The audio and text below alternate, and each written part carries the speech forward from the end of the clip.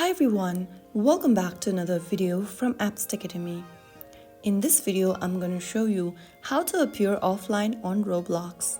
Before getting started, let me tell you that Roblox does not have an appear offline button, but you can control your privacy settings so others can't see when you're online or playing a game. So in order to do that, open the Roblox app on your device. Make sure that you're logged into your account, and once logged in, go ahead and tap on the More button at the bottom right. Within the More menu, scroll down and tap on the Settings button.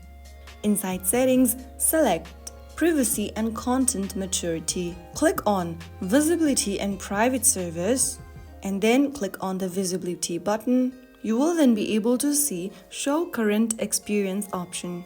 Make sure that you select No One from the option, and once you select No One, this will help prevent anyone from joining you in the game. Right after you choose this setting, you will then be able to hide yourself when you're online or playing a game. So that's how you can easily be offline on Roblox without a true offline mode.